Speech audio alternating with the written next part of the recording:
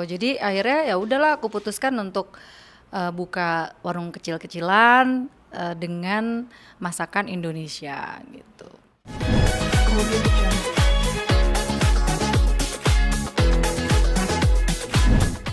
Halo pemirsa RCTI, wah seneng banget kedatangan kalian di warungnya Teh Tata. Selamat datang di Lujeng Sumping. Hari ini aku tadi sorry ya hektik banget, penuh banget. Jadi sekarang aku mau melayani Mbak Mei yang ada di depan sana minta nasi liwet komplit. You choose.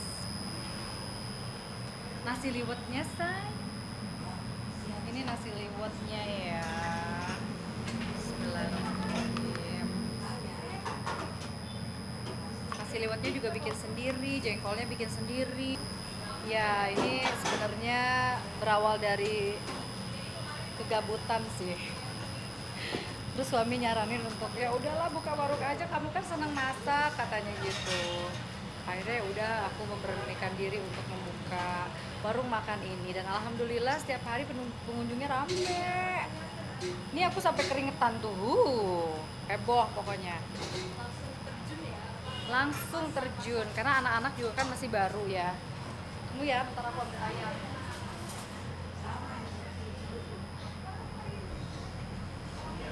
Kayak gini say. Ibunda pakai jengkol ya. Ibunda pakai jengkol. Ini jengkolnya, lihat betapa manisnya dia. Dan ini aku ngebumbuin sendiri ya, bikin sendiri ya. Maunya sih ada yang masakin. Tapi bikin sendiri tuh karena juga untuk mempertahankan kualitas. Oh iya, betul sekali. Oke, order, serve.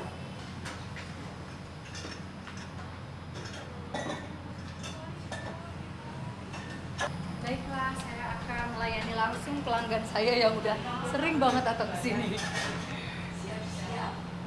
Siap-siap. Nah, jadi kurang Selamat datang, Mbak Mei.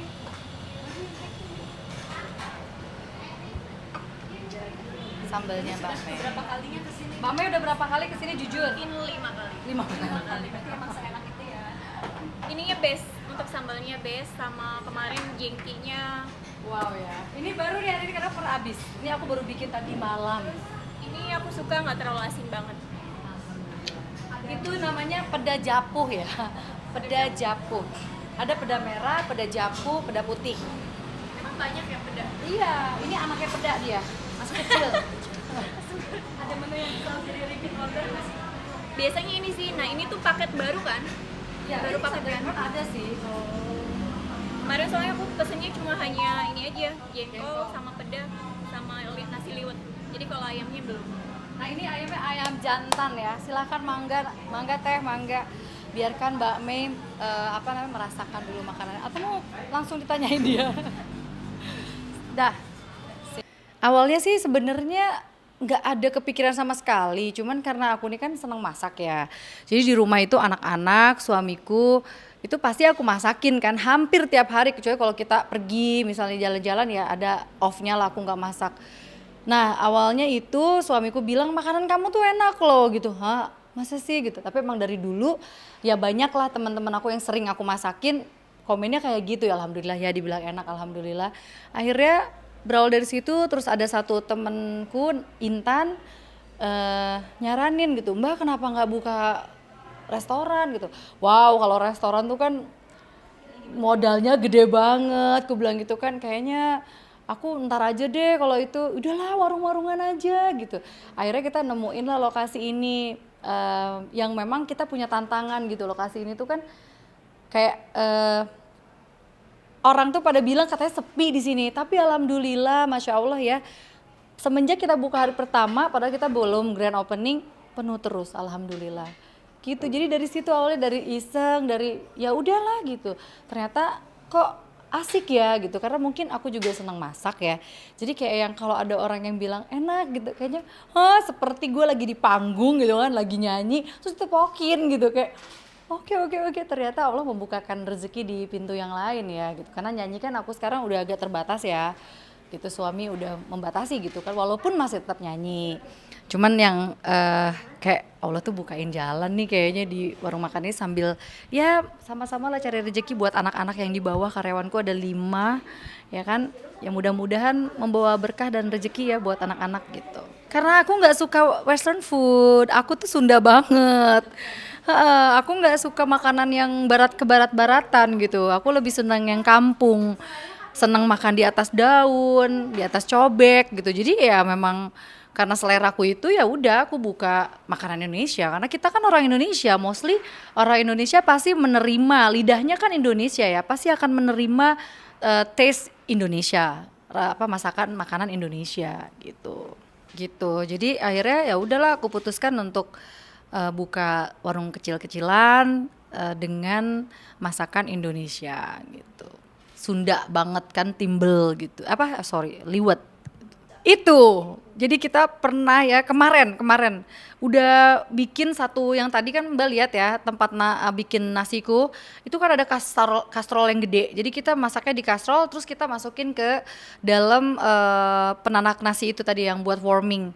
Karena apa kan kalau dingin gak enak ya dan harus bikin banyak. Itu sampai bikin 3 kali segede gitu.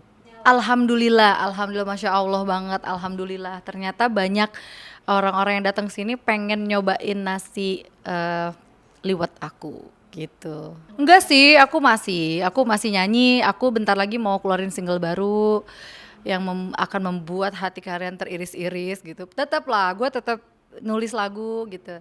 Ini jadi kayak yang salah satu hobi yang lain aja gitu.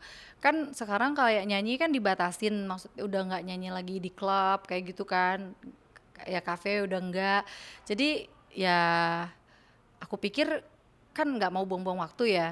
Selama masih berdiri tegak, masih sehat, aku harus mencari nafkah dong yang lain ya.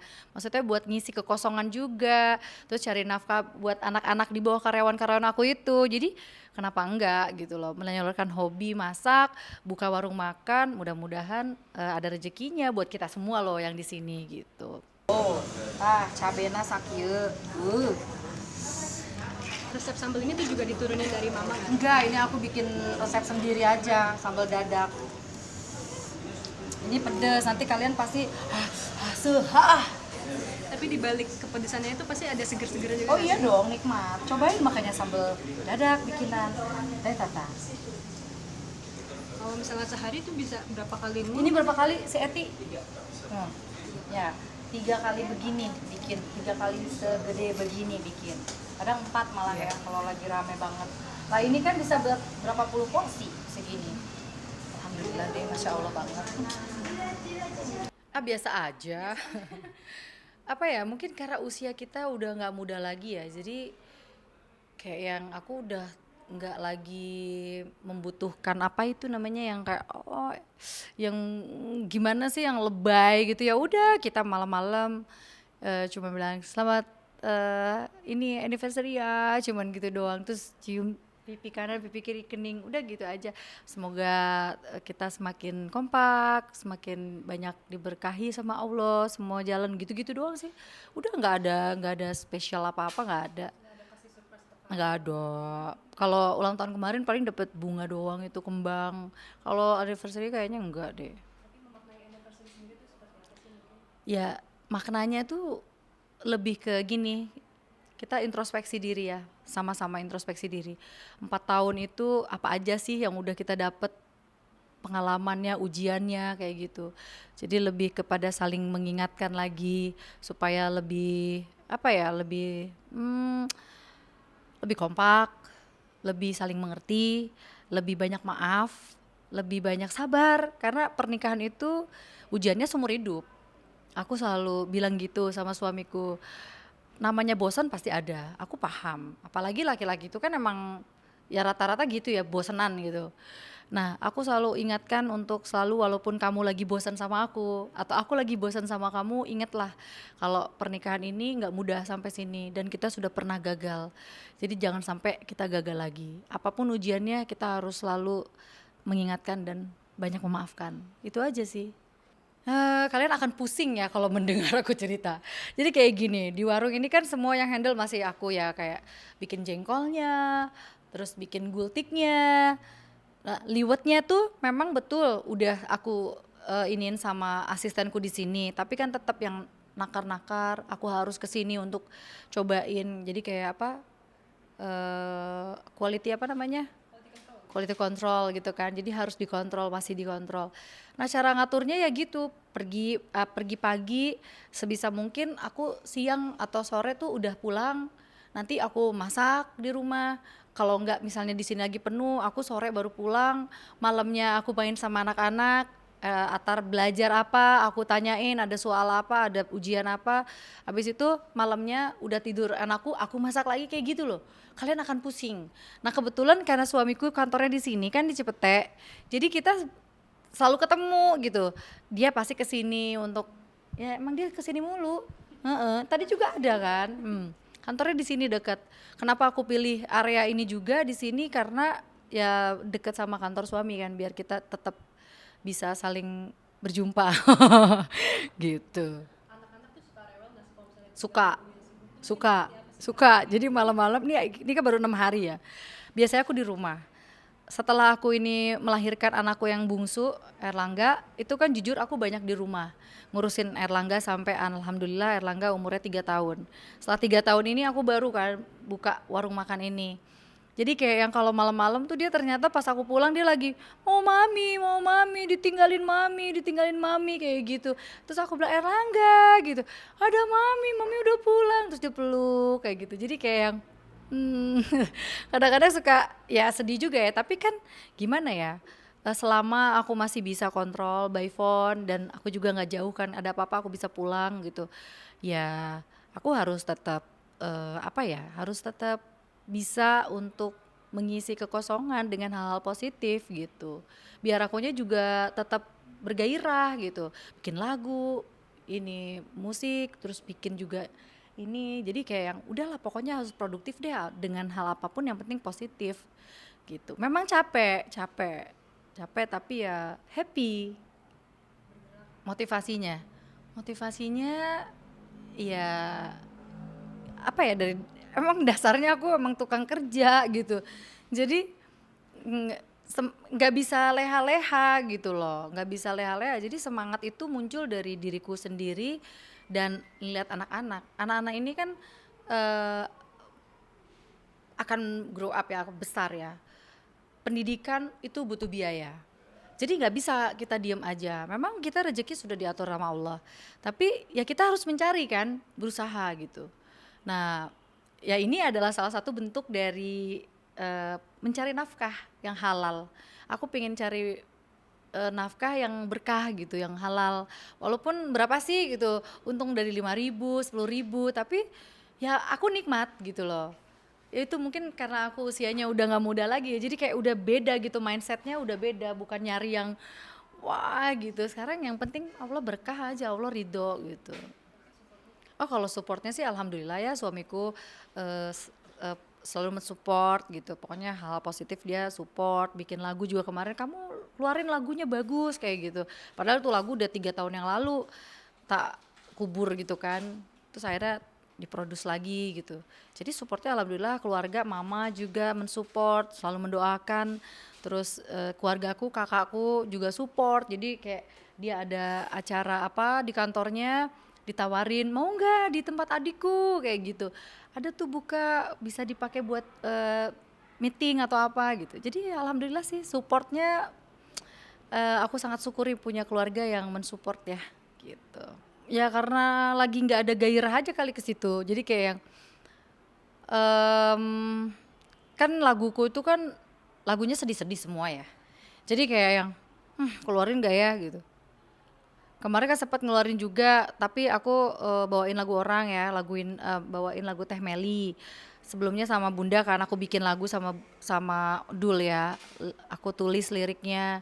Terus habis itu aku keluarin lagi buat single buat OST-nya film suamiku yang Muslihat itu. Jadi kayak yang lagi gimana sih, lagi pengen something new aja gitu, nggak mau ngeluarin lagu sedih. Lah tiba-tiba dibilangin sama suami, ini lagunya bagus banget, ini mak-mak banget ini gitu, Indonesia banget gitu, udah kamu keluarin aja ya mas ya, iyalah gitu. Akhirnya ya aku keluarin lah, insya Allah tahun ini insya Allah gitu. Ya alhamdulillah dari teman-teman, dari keluarga juga pastinya. Ya mudah-mudahan lagunya akan segera bisa kalian dengerin ya. Dan ini lagunya sedih banget, kasihan banget pokoknya. Karena aku kan lagi nggak sedih ya, jadi kayak tapi tetap loh gue nangis karena itu gue tulis 3 tahun yang lalu saat ujian-ujian. Jadi kayak yang pas gue rekaman bawain lagu itu ya sedih gitu.